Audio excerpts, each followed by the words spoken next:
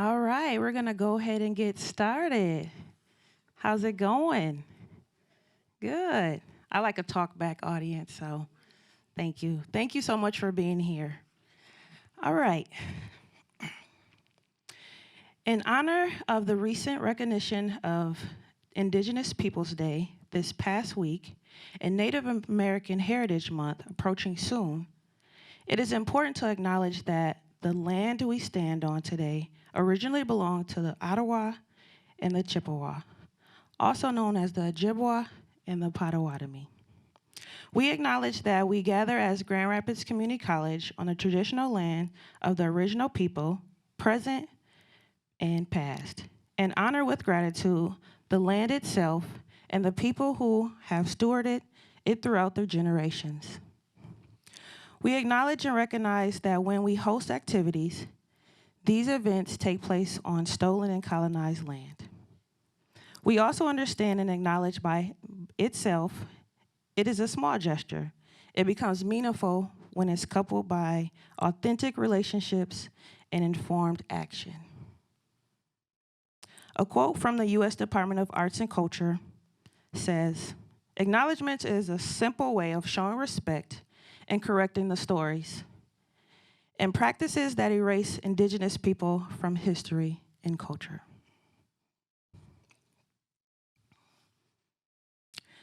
My name is Jamelia Hartley. I serve as the Assistant Director of the Office of Diversity, Equity, and Inclusion. On behalf of Dr. Charles Lepper and Grand Rapids Community College and the Office of Diversity, Equity, and Inclusion, we extend a very warm welcome to you all today. I am beyond excited to see you all in person and online. We both in person and online to kick off our first event for the Diversity Lecture Series. I have a few housekeeping items before we begin today's program. We will have a Q&A session at the conclusion of our speaker's presentation. There will be time for our audience to participate and ask any questions they may have or that may come up during today's conversation. Our online viewers have a question. They will be able to use a QR code provided with Slido link, and that will be used for us to navigate through our questions to engage our online viewers. We also will have a feedback survey. At the end of the Q&A and the presentation, please take a moment to complete our feedback survey as we will continue to plan future events like this that will explore innovative ways to keep these important conversations flourishing. The QR code will also be available for you to access through your phone. Upcoming events. We are busy this time of semester, like some of you all in the room.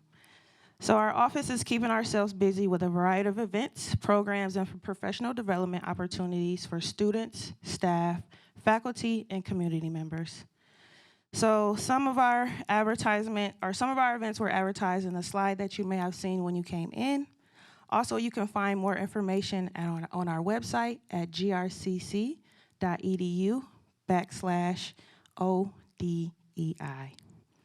We're also back on Facebook and Instagram, so you can catch us on Facebook at GRCC-Office of Diversity, Equity, and Inclusion, and on Instagram at GRCC_@ODEI. We also will be remiss if we didn't thank those who have helped us get to where we are today in terms of making this event successful. First and foremost, I want to thank you all for being here and joining us.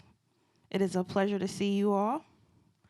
Also want to take the time to recognize our very own GRCC staff and faculty members who sat at the table with me all summer to help have conversations around who we would bring for our Diversity Lecture Series this year.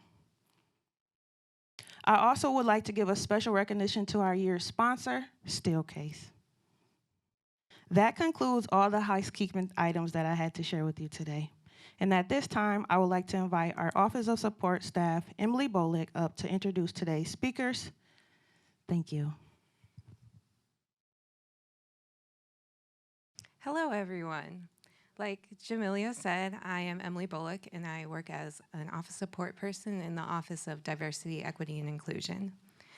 When Jamelia and I were planning this year's lecture series, we knew we wanted to find speakers who, through hardship and determination, have found a sense of belonging in their communities.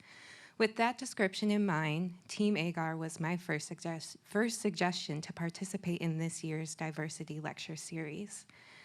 I have been fortunate enough to know about Johnny's incredible story for many years because my mom, stepdad, and brother have had the great opportunity to race with Johnny as angels for my Team Triumph. Additionally, Johnny and I share our alma mater, Aquinas College. Johnny graduated from Aquinas College with a bachelor's in business administration and sports management in 2019.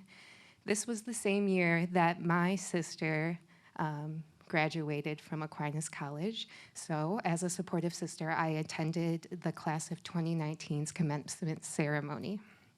This day still lives in my memory because it was the first time I saw Johnny walk. Until this moment, I had only seen Johnny in his wheelchair, and I was unaware of all the hard work he put in behind the scenes to be able to walk across the stage at his commencement. After reading Johnny's book, The Impossible Mile, I now realize he is stronger and more determined than anyone I have ever met. I always remember this day when I feel like the world is against me. Because Johnny was able to overcome adversity and face his disability head-on, I know I can get back up no matter what life throws at me. This is why I am so excited to introduce you all to Johnny and his parents, Becki and Jeff, to kick off the 29th Annual Diversity Lecture Series. Team Agar's incredible story of father and son team, Jeff and Johnny Agar. Johnny was born with cerebral palsy who doctors thought would never walk or talk, overcomes the odds to participate in long-distance endurance races with his dad, Jeff, pushing him and pulling him until the final mile, when Johnny walks across the finish line. Featured on ESPN, NBC Nightly News, CBS Mornings, Today, and other media outlets, Team Agar delivers a powerful and moving message of family, faith, and extraordinary courage. Johnny Agar gained international attention when he walked a mile in a 5K race. Since that incredible feat, Johnny and his father Jeff have partnered in hundreds of races, including the infamous Ironman World Championship in Kona, Hawaii, which was chronicled by NBC. Johnny has been featured on the Today Show, Inside Edition, People, USA Today, NBC Nightly News, Huffington Post, and ESPN SportsCenter. His tenacity and indelible spirit have caught the attention of Olympic swimmer great Michael Phelps and the sports apparel company Under Armour, so much that Under Armour placed him in 2 of their commercials, one with Phelps and one with Dwayne "The Rock" Johnson. If you want to know more about Johnny Agar's story, there are 4 copies of his book, The Impossible Mile, ready to be bought in the back. There are more copies on order, so if you aren't able to get one of those, you can sign up to get one of those copies later. How much do the books cost? I'm not sure. You'll have to go back and ask. And then Jeff Agar, more commonly referred to as Johnny's dad, was never an endurance athlete, and only 14 years ago had never competed in a 5K race. His main goal is helping Johnny achieve his dreams of becoming an athlete. Jeff is married to Becki, and together they have 3 children, Johnny, Annie, and Gracie. Becki Agar fundraises and advocates for organizations that have been instrumental in helping special needs children be as independent as possible on their journey through life. But she will tell you her proudest accomplishment is being the mother to her 3 beautiful children, Johnny, Annie, and Gracie. Please join me in giving a warm welcome to Team Agar.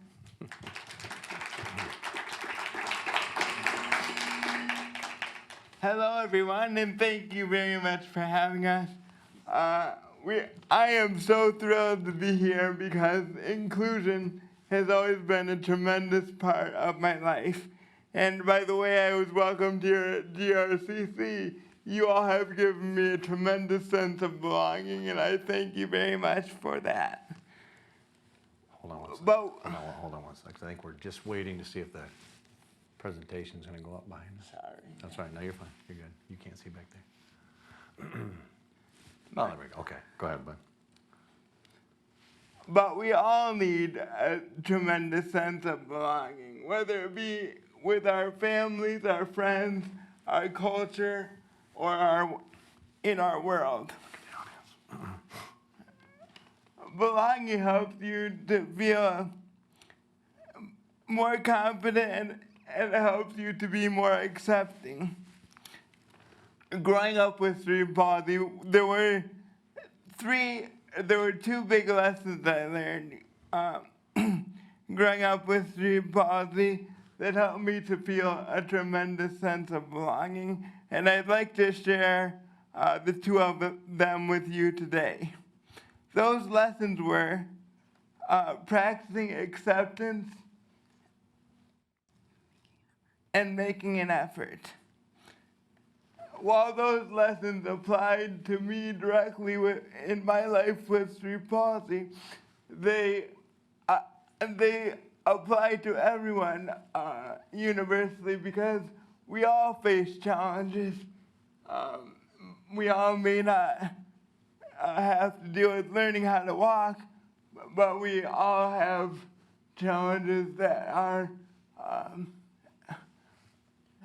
hard for all of us. A little bit about me now. I was born at 3 pounds 7 ounces.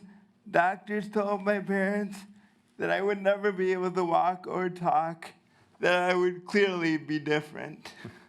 Yeah, and that was the challenge we had in raising Johnny as his parents. You know, we wanted to give him a sense of belonging, but we also wanted him to understand that he was loved. And I think we have a little video that will explain a little more about that.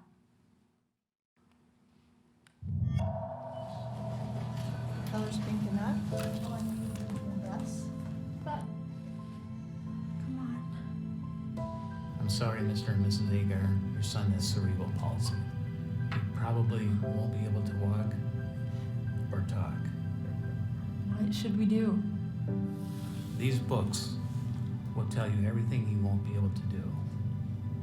Or you can focus on what he can do. Okay.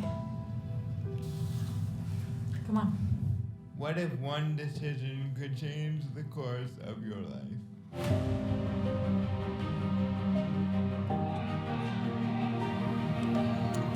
I'm sorry, is what he has contagious? Come on.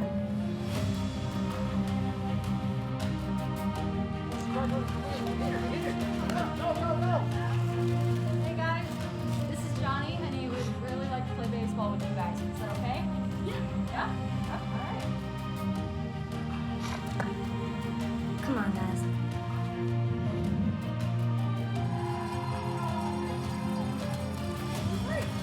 Come on, John.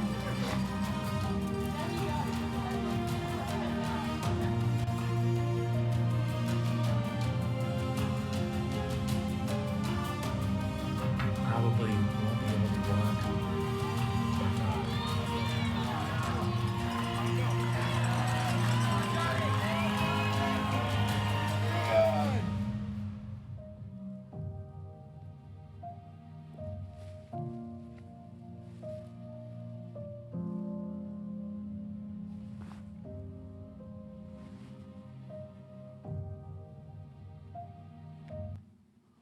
It gets me every time.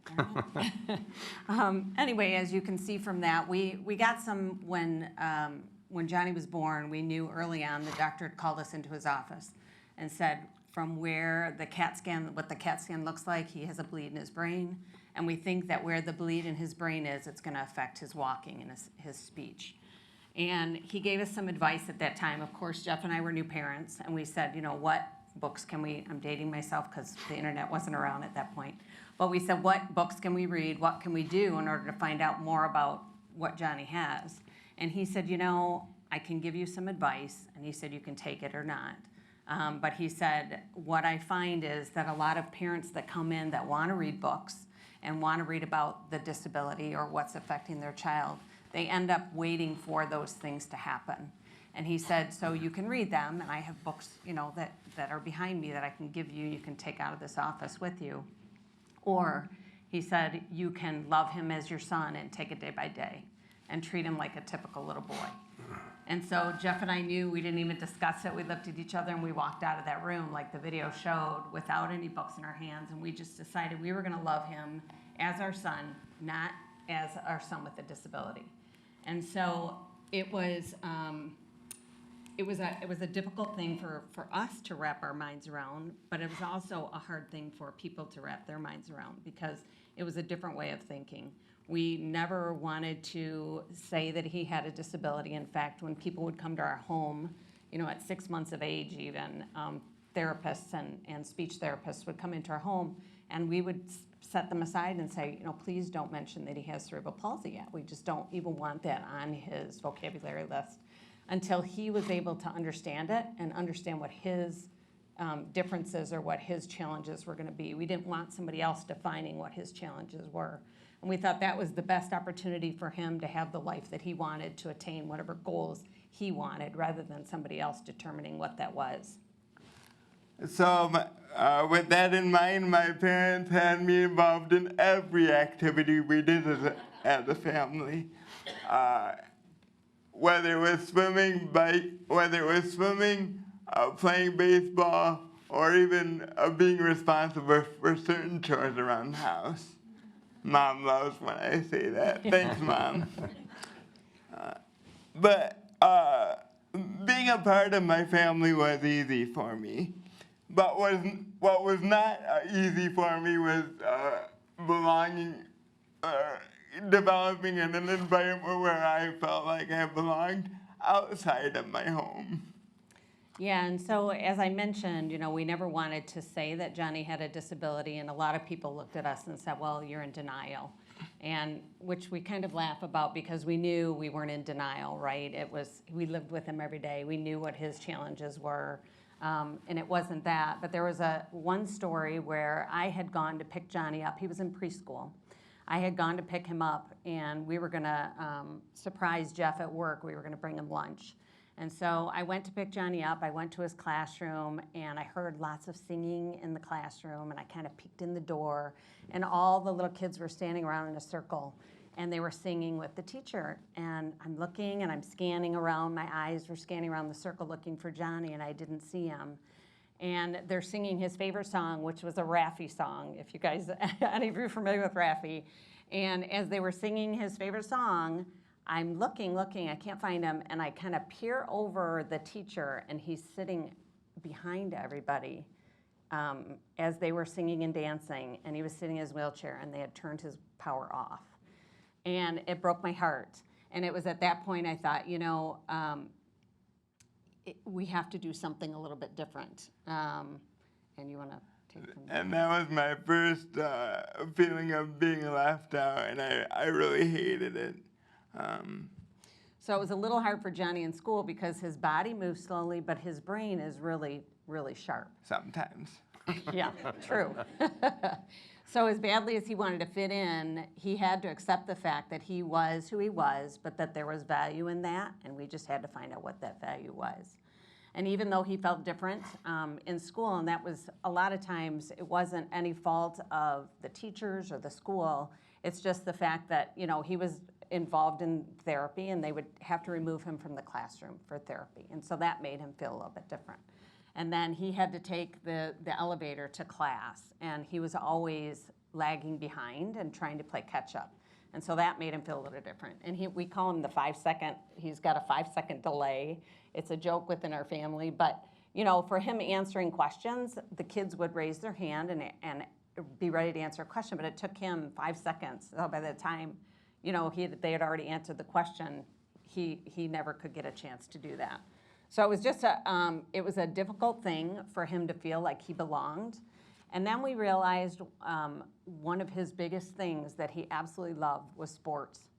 And that was his language. He understood it. He learned, how to count and what numbers were by the backs of the jerseys. You can see him in there. That was one of his favorite jerseys. He wore it all the time. But he read by reading the last names of the jerseys from the back. I mean, he loved sports. So we had to think of a way to use sports as a visual reminder of what he was going to have to overcome to feel accepted.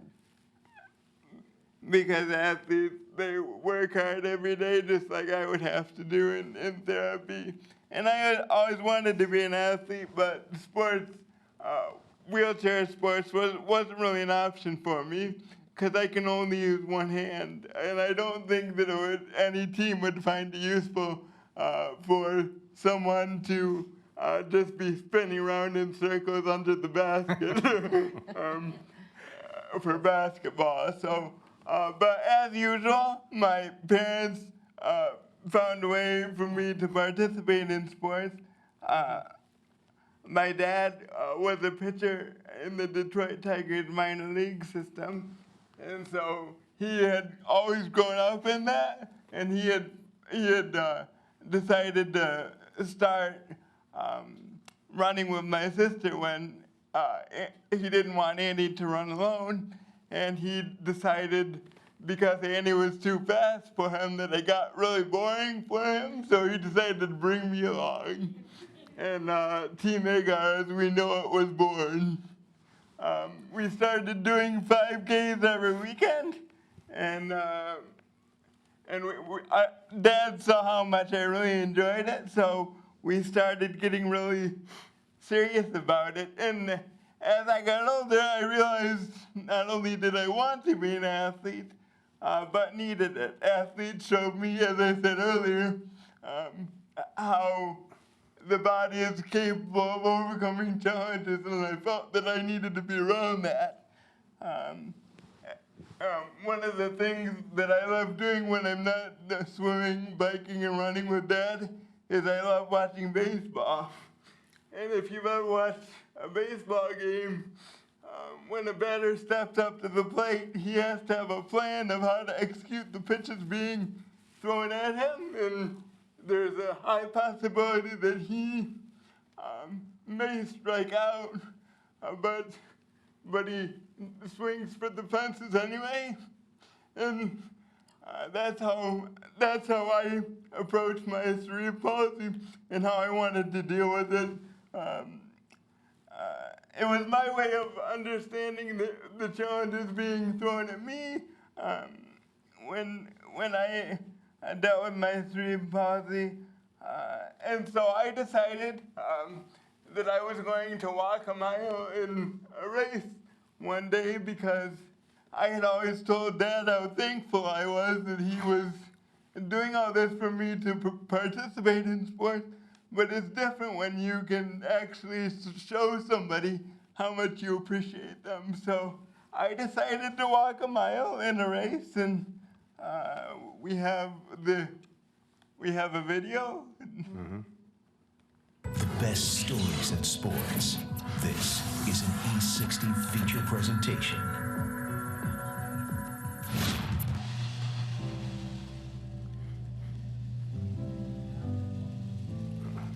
And so, with that, in the summer of 2009, Johnny's father found a way to get Johnny even closer to the competition.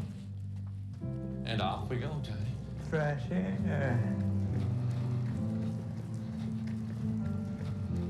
I've always wanted to feel that, have the crowd emotion, have the wind blowing in my face, you know.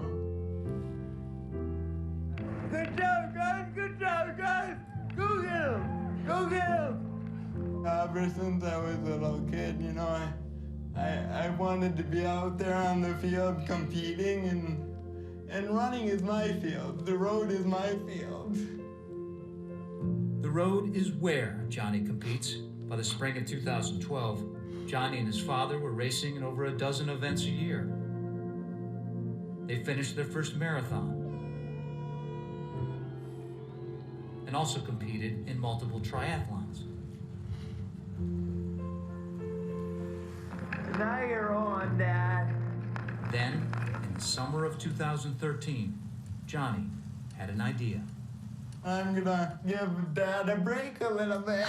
That's what you said. Yeah. A break from what, though? From pushing me.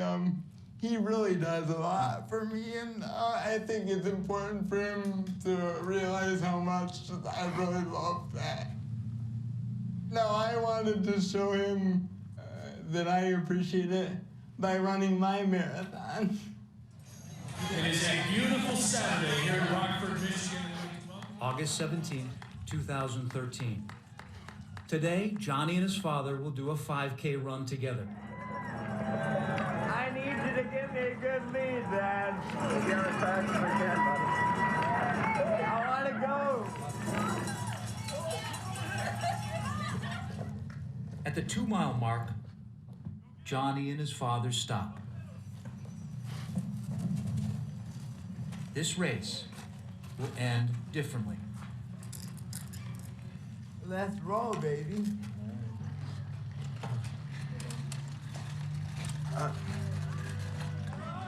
A mile to go. Yeah, good job. Good pace. You have to take it step by step, and with me, I think that was a goal for myself. Don't worry about going too fast, and just take it baby step by baby step. Thanks. What's your dad's role in all of this? He is my coach. You want to take a break? You want to get a break at 0.5? Yeah. Okay. Don't push it too hard.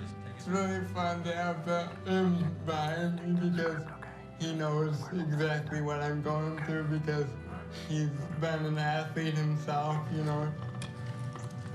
It's like a pit stop, Johnny. Lean your head down a minute. You know, he's got the determination on his face, but you can see that the physical aspect of it is taking its toll. I had to take a break. Okay.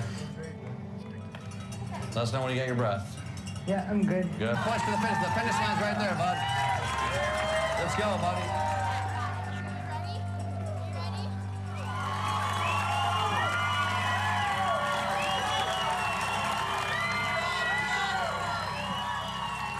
I was just stunned. When somebody does something so extraordinary that it has gone beyond what you possibly could have expected. Thank you! Sometimes you just sit there and you're just in awe of it, and there's not really much you can say. Before I did a race with my dad, I would always participate. But now that I crossed, it feels like I am officially an athlete. Everything that had been building up from him for years that he wanted to say, and now that was his chance to say it. I remember thinking, this is that little boy who was 3 pounds in my arms, and you know, just remembering all the surgeries and the therapies and hearing that he may not be able to walk. It shows people that no matter what their struggles are or disabilities, that they can overcome them and achieve their goals. Over that finish line, you said you have now become an athlete. How did that change the way you viewed yourself? It definitely gave me a lot more confidence in myself. No matter what life threw at me, that I was ready for it. To come through when you need to come through. That's the challenge that we all have in life.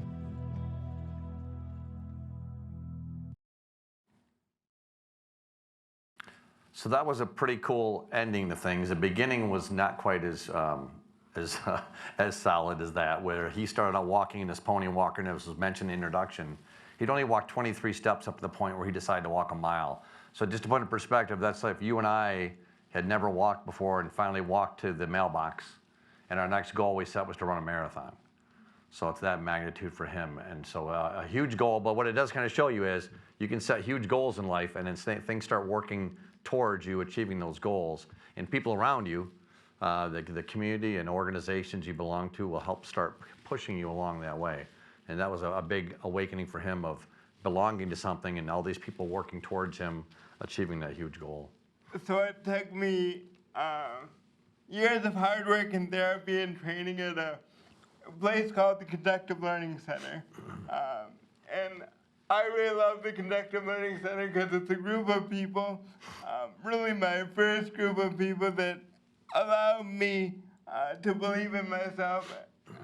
They believed in me, and I, in turn, never gave up on my goals.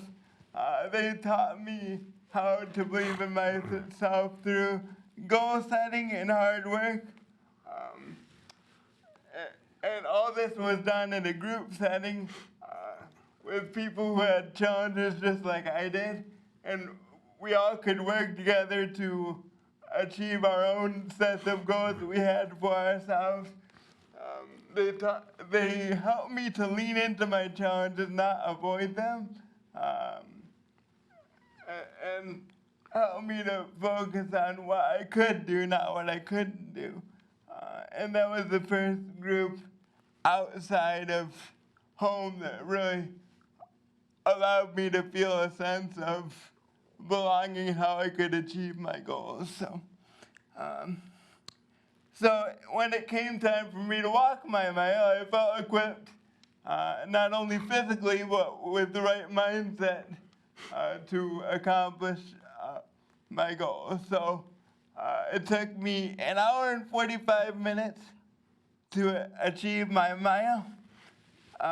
There were a lot of opportunities for failure, but I tried anyway because failure for me is just part of the process. Dad, you want to? Sure. So we had watched Johnny fail many, many times over and over again, and it's just, like he said, it's just part of the process for him. He doesn't sit and think about it being a failure. He just thinks of it as something to overcome. Harder for some people, though, and we'll talk about a kind of a big failure we had as a team in a minute. But he was teaching us a lot about how to overcome our own challenges so that we didn't let obstacles stand our own way. But as I said earlier, it took me an hour and 45 minutes to walk across the finish line. But it was a lot of hard work, a lot of hours of therapy, but it was so worth it. Unbeknownst to me, our local TV station had picked it up, and it materialized into the E60 piece you saw earlier.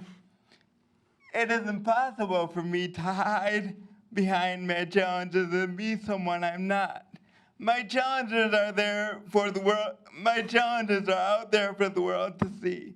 If I tried to hide and be someone I'm not, it would have been extremely hard for me to push myself outside of my comfort zone and push myself to be vulnerable. I wouldn't have wanted to take the risk of failing because I would have had the fear of being embarrassed. So, one of the most important lessons I've learned is to practice acceptance. So several months later, after he had walked, has anybody ever heard of the Ironman World Championship? It's in Kona, Hawaii. It's brutally hot, really hilly, and the wind is brutal. So the word brutal applies many times. It's called the most brutal one-day endurance event on the planet. And you swim 2.4 miles, then you bike 112 miles, and then you run a marathon. And it's as stupid as it sounds. Just, you know. So, but we got asked to do it after ESPN or people from NBC and Ironman had seen Johnny and I on ESPN. And so, I'd never swam in the ocean before in my life, and I'd never even done a half Ironman, half of the distance.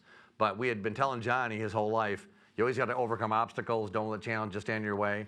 And those words came back to bite us because I had to agree to try to take on this event here in Hawaii back in 2016. So, yeah, it would have been hypocritical for us to not. Yeah. Unfortunately, yes, it would have been.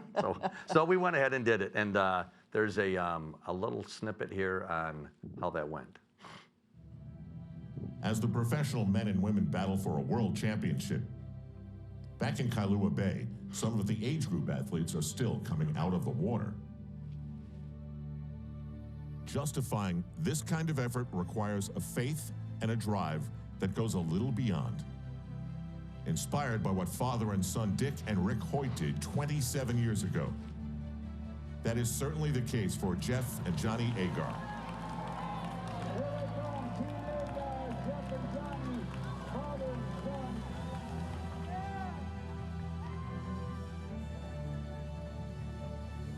As a young man, Jeff played professional baseball. Johnny was born with cerebral palsy and is severely limited in his physical ability. But here, in Ironman, with his dad, these two have all the ability in the world. Johnny's very limited with what he can do on his own. Knowing that, and knowing that Jeff had this athletic background, I thought, it's going to be impossible for him to bond with his son. I don't know how he's going to do it. And I was scared that that was going to be a huge wedge. In 2009, we did a race together, Johnny and I. We did a 5K. And I thought, well, how big a deal can that be? And so the first race, we had to gut out 3 miles. And there's like an 80-year-old power walker was kicking my butt for about 2 miles. I could hear him breathing behind me. He was dead tired after that. And I kind of prodded him on a little bit, saying, you know how much I really enjoyed that? Let's see if we can do it again. I said, Johnny, if you're going to do more of these things, we got to start training. So we joined a run group, started doing more and more. After that, we were doing 5Ks every weekend. And you know, that kind of brought our family together. When Johnny and Jeff ran their first race, he just lit up. He loved it. He smiled the whole entire time. Johnny was definitely hooked. We kind of said, well, maybe we could do a small triathlon with him. You know, the next year we did a little bit longer distance, and a little bit longer, a little bit longer. I think having a special needs child gets you to keep thinking, you know, what can you do beyond what you're doing today to get them involved in stuff that they love to do? We're just doing what we love. Together as a father and son competing in sports. When you can do that with your father, I mean, that's a dream come true.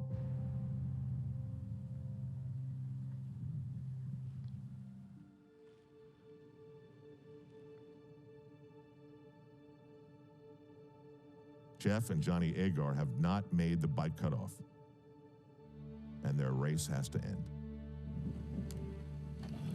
Fought a good fight, guys. Thanks. Good job, buddy. All right, bud. Well, we gave it our best for today. Yeah, sometimes you win, sometimes you learn. So we're not kidding about the wins. Moments of defeat are just moments, and moments pass. The Agars will compete another day, wiser and stronger and even more determined to experience the magic of that line. He said sometimes you win, sometimes you learn. You know, this was a kind of a big deal to us, and he just took it in stride as, you know what, we'll move on from this. Only about 1 million people watched us fail. Anybody else had 1 million people watch us fail during something? So a bit humiliating, humbling and all that. And I remember at the time my wife said, hey, something good's gonna come of all this. And my immediate reaction, as smart as I was, I said, nothing good's gonna come of this. And so then we'll look at a few of the things that have happened since then and how horribly wrong I am, but. We like to call that our successful failure for sure. because of what it led to, Yeah. So they kept training, obviously determined, trying to get back to Kona. It's through an invite only. But one of the things that Johnny would do was he'd watch this commercial for Under Armour titled Rule Yourself, and it was with Michael Phelps. And it was basically all about Michael Phelps training to get back to the Rio Olympics and what he had to put himself through. And Johnny was obsessed with watching. He watched it all the time. So I thought, you know, we love Michael Phelps. Johnny loves Michael Phelps, but I wanted Johnny to see himself as a champion. So I made a video where I took Michael Phelps, where Michael Phelps was swimming. I put Johnny in where he was, Johnny walking. And it took off. It became viral. And so much so that Under Armour ended up making it into a commercial. and I think Yeah, that actually aired in Michigan. that actually aired, yeah.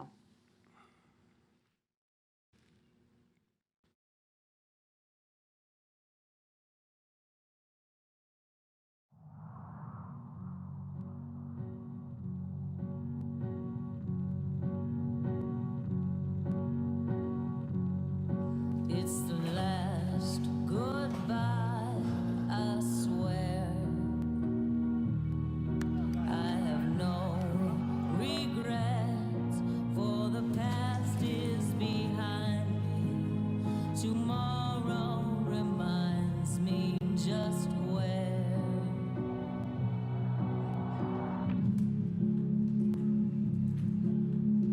Can't quite see the end. How can I rely on my heart if I break it with my own two hands? I heard all you said. Don't say anything. Push, Daddy, push, push, push. It's the last goodbye, I swear.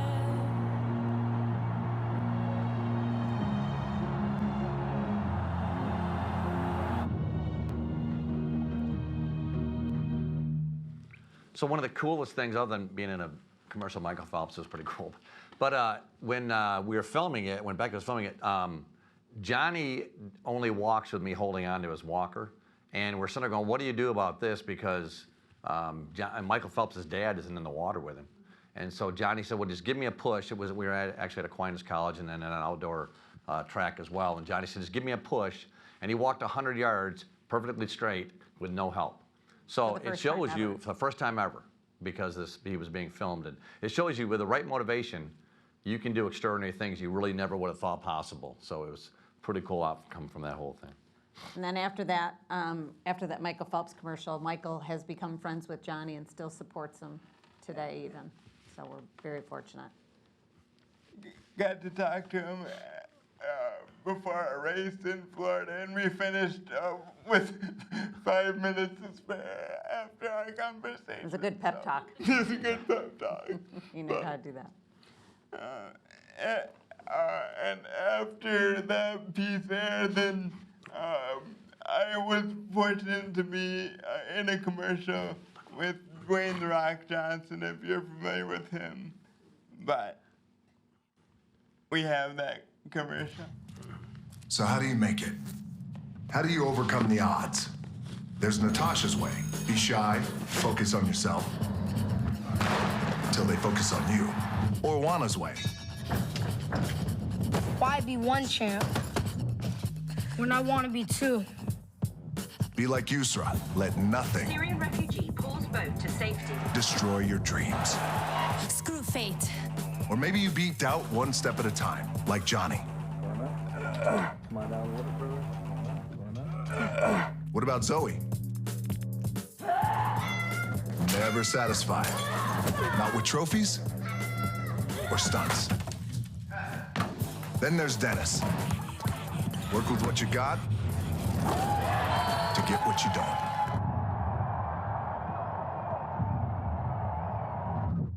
Or you could be like me. Dream of pro football, get hurt, dream over. Find yourself with just $7 in your pocket. So how did I get here?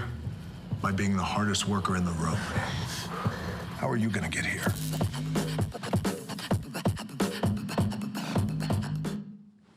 How was my acting job?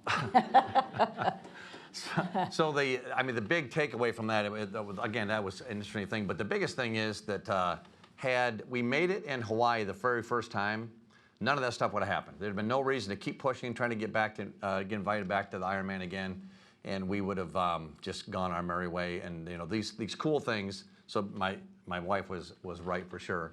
But what it also showed is how difficult it is to haul another human being through one of these races. Had I made it the first time through, they just said, well, he was an athlete, how big a deal was it, right? So it highlights just how challenging something can be, but how you got to keep pursuing it. Wasn't my dream necessarily, it was Johnny's, but how to keep going after something. And we tried, after that Ironman in Hawaii, we tried 4 other times to make it through a full Ironman, and we failed 5 times. We had a bunch of weird things. We had rainstorms, heat waves, bike accidents, someone ran into us, flat tires, all kinds of crazy things. But after 5 attempts of failing, then this happened right here. When you feel like giving up, don't. When you're thinking about giving up, don't.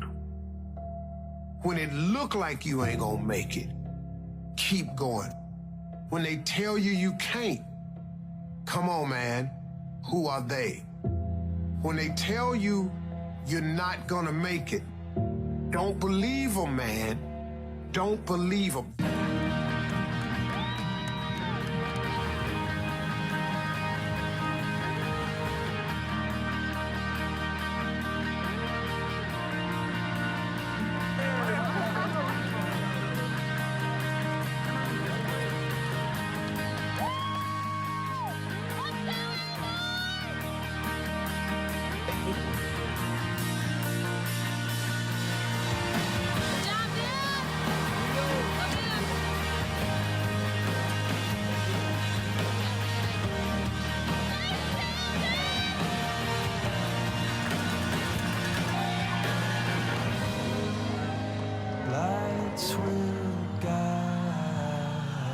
When they tell you you're not gonna make it, don't believe them, man. Don't believe them.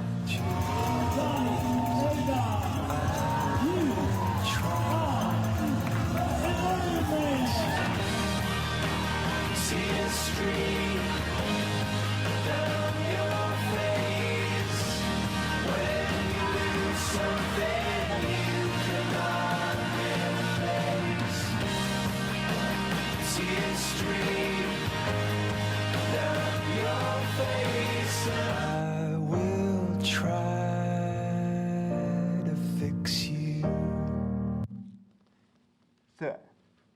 So through practicing acceptance and making an effort, anyone with any sort of challenges, including those with a disability, can find a sense of belonging and achieve their goals through their family or community or within themselves. And that's the opportunity that you all have here. So thank you all for letting us share our story. I hope we have been able to show you how having a sense of belonging or fostering a sense of belonging can be such a powerful thing for yourself or through your community. So thank you very much. Really appreciate it. Questions?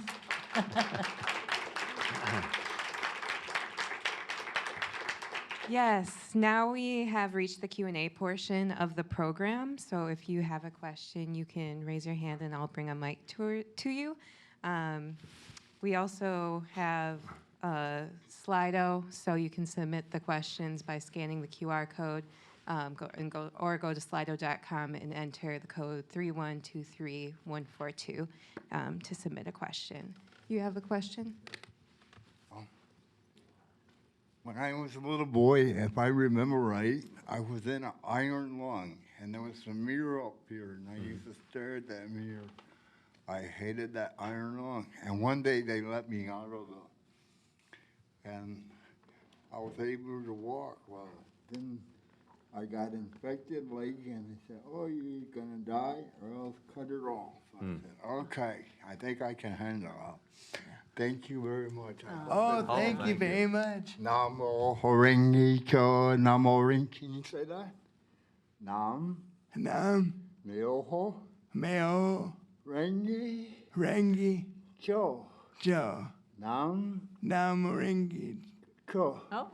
Thank you very much. Thank you for coming. Thank you very much. Thank you very much. Thank you. Bless you. Bless you.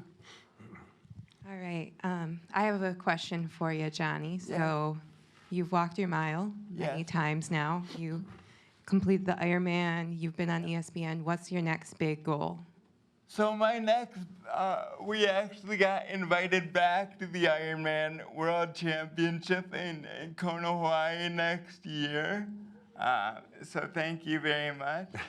But that's my next big goal, and then my big goal is to live independently by myself. I love my parents, but they want me to live independently, and that's my big goal. So that's what I continue to work towards.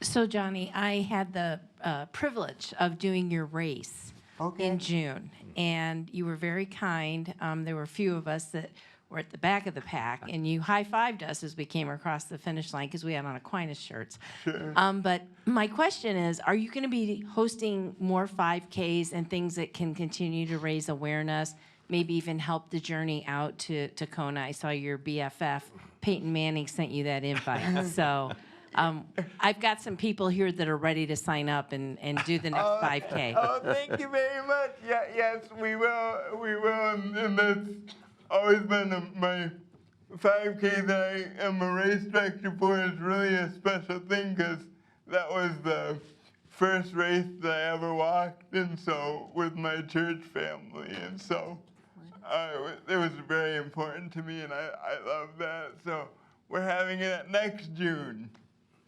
Or next July, excuse me. End of June. End of June, sorry. Yeah. You'll probably focus on Oh, great. Thank you very Thanks. much. Yeah, he's trying to grow that race for sure. And it's Called Johnny's Run. Yeah, Johnny's Run. Johnny's Run 5K. Awesome. Any other questions from the audience? All right. All right, so as soon as I heard about a mile, you instantly were an athlete in my book. 'Cause I can't do it. I'm a basketball player. So I thought you would disassociate from us after you saw the Spartans hat. you know. Yeah, sorry about that. Hey, it's a diversity lecture series, right? So my question is more along the lines of being an athlete. So for me, in preparation, in terms of like games and stuff like that, I have routines. I have certain music that I listen to. I wear certain socks. Everything from head to toe has to be a certain way in order for me to just have this routine to prepare. So what are some of the different things that you have to prepare for some of your walks, your trainings, even your physical therapy in terms of the miles you run and things like that? Well, thank you very much for that. That's very important to me. I do a lot of mental rehearsal in my mind, as far as, how this is going to go. And then I have a lot of country music that I listen to, kind of relaxes me a little bit, nothing fancy.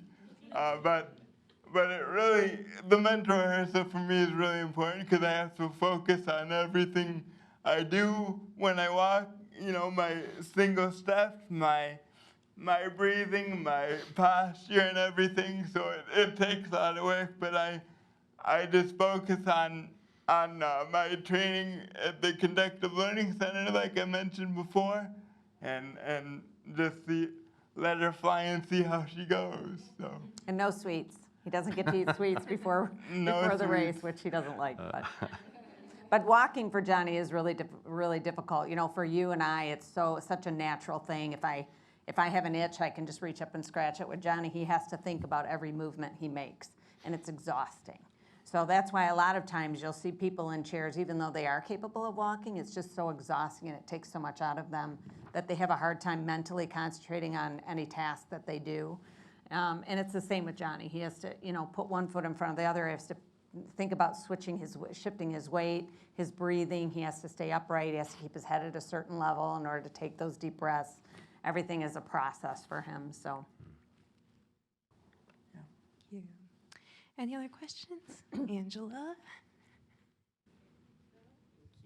So being that you live here in Michigan, when you train outdoors, do you train outside in the winter or do you have an indoor training? No, that's an indoor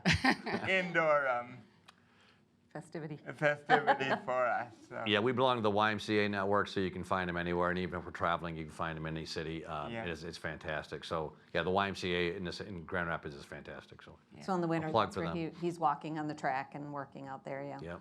Yeah, you'll find. I basically live there during the winter time. Yeah, it's very hard for his muscles when they're cold for him to be outside working. So I tend to most of my workouts are outside, but he definitely needs that warmth in his muscles.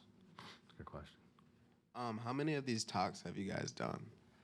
So I've lost count now, but I love doing them. Probably 50. About 50 of them. Probably 50 different speeches. Yeah. We travel all over the country and. Yeah, but when I hear stories of people that tell me, how much I've impacted them, the inspiration really, they say that I bring them inspiration, but the inspiration comes right back to me. So thank you guys very much for this opportunity. I want to say that right here, so.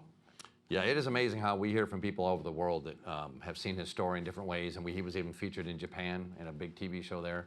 So it's wild how it resonates with people, and even if you don't have a disability, you have challenges to overcome. Yeah. And my biggest challenge is I hate swimming, and I don't like biking, and I don't like running either. So other than that, triathlon's perfect. But it just shows you that with the right motivation, it doesn't have to be Johnny, it can be something else, but the right motivation, you can do way beyond what you ever would have thought possible. Because I would have bet you anything I have that I'd never be doing this stuff, and here we are going to Hawaii next year for the Ironman World Johnny kept giving him his puppy dog eyes. So. Yeah, really. Don't look him in the eye. You'll never know what you'll sign up for. Don't do it to me right now. Anything else? I just wanted to say thank you for coming here to talk. As an athlete myself, here at GRCC, I recently just dislocated my arm like a month ago, and I've had doctors tell me that I'm out for the rest of the season. And right now, I'm not gonna lie, I am failing a lot of my classes due to that. And coming here, talking to you is very good motivation for me, and for me not giving up, because I've had thoughts of myself trying to drop out of college, but failure, like you guys said, failure is not an option. But I just want to say thank you. It's just a stepping stone along the way, right? So I mean, you might look at a couple years from now and think that was the best thing that happened to me because I wasn't focused or I wasn't doing whatever, and now when you get to play again, you're going to appreciate it more than somebody who's never had an issue, right? Never lost out, and you so become stronger too. Yeah, exactly. So if you use that as motivation, yeah, I think you'll do great. And it's tough to overcome those things, right? I mean, I'll just tell you, when we didn't make it in Hawaii that first time, it was brutal. I mean, it was just really, really. We had worked for months and months, and they were followed by NBC. So yeah. So they were watching everything we did, and very kind of humiliating. That I just, and this is not bragging, just to put in perspective though the magnitude of it. When that video you saw of us making it, and 1 million people watched us fail, 35 million people have watched us succeed. So I would tell you, especially the guy that was talking about being hurt, you never know what's going to happen. And my wife thought something great was going to happen out of all these things. And man, if you sit there and dwell on it like I was originally doing, nothing good's going to come of it, right? But if you think, well, okay, I'm going to get back up and get after it, and let's see what happens. And I mean, it's way beyond what I ever could have imagined. Finishing in Hawaii the first time, we never would have been involved in all the things we've been involved in. So it was like the best thing that ever could have happened to us to fail that first time and to have what we have now. So we're pulling for you and anybody like that. Failure is just part of the process. The reason why I like sports is because of people like you. You know, they have challenges, but they find ways to get back and become even stronger than before. So I'm really pulling for you, and I wish you all the best. And just know that the comeback can be stronger than the setback. So yeah, and then even if you don't go, and when you were looking for a job down the road, I guarantee you, I've interviewed tens of thousands of people, and if someone could tell me a story of I had this massive failure, I got injured, I overcame it. People who can overcome challenges are valuable to employers. If you've never had a problem and never overcome anything, when you get into a job and you have a problem, now what are you going to do? But you have a great story of overcoming something, and The more you overcome it and try to turn it into a success, those are great stories when you're interviewing down the road. So I encourage you to keep cranking away at it. I just want to say thank you guys for coming out, because my grades are not the best right now, and I just know I can't fail them or give up or drop out. And I also think you have to fail at something or have a setback, because that's what gets you successful in life. So I appreciate you guys' story, and which has given me a ton of motivation. Oh, and good. Good. So thank you guys. Let's give them another round of applause. Thank you. Thank you, and go Wings, go Wings. Meet with your instructors. Get to know your instructors. That's a key thing. Don't All sit in right. the back room like I used to do. I'll have one last question from online, and then we'll wrap it up. So our online question says, Johnny, you are an inspiration, and I love following your journey. Everyone has hard days, and it's easy to fall into a rut. How do you overcome the hard times? Well, it's all because of, I have people around me that can pick me up when I fall down, and I can't do things alone. It's very hard for me. I have to have help with everything. So just having the right people around me, my parents, who I'm very thankful you allowed me to have them up here, because they're a huge part of my story and why I. And I think to add to that is he has a really good sense of humor. So when he experiences a setback, he'll take a minute to let it get him down, but then he'll find a joke about it. So there's so many instances, even on Aquinas' campus, where one, he was riding his wheelchair, and I was his aide. So I tried to stay away from him as much as I possibly could, because who wants their mom on campus, right? So I was kind of behind him, and he had a curb, and his wheelchair ended up, and he was like face first in the grass with his wheelchair on top of him, just at the time that this beautiful blonde girl was walking toward him, and Johnny, and I could see like the panic in his face, like, and I was trying to get him up, and she came over and she said, "Oh, let me help you," and so we got him up, and he had grass in his teeth and dirt on his face. And what did you say? I just wanted a better view from down here. A better view of you from down there. So he learns to laugh at himself, and you got to have a little bit of a sense of humor in order to make the bad better. So if you can laugh at yourself, then everything is a little bit better. Great, thank you. On the behalf of the Office of Diversity, Equity, and Inclusion, we want to give another round of applause for our speakers today. Thank you so much. And another round of applause to all of you for taking your time to come and join us today. We want to show our appreciation to our speakers and express our gratitude and thanks thank you very for much. today's discussion, content, and motivation to keep this conversation going. Before you leave, if you could fill out our feedback form, you just scan the QR code, you can answer some questions, and it's a great help to us. And again, there's some copies of Johnny's book available for purchase, or to have one reserved for you for when the rest come in. We do have parking passes available for those if you need, so come see me and I can give you a parking pass. Thank you for joining us, and we look forward to seeing you at our next Diversity Lecture Series event on November 9th here at the HCT at 4 p.m. with Dr. Delia Fernandez-Jones. Have a good evening, everyone.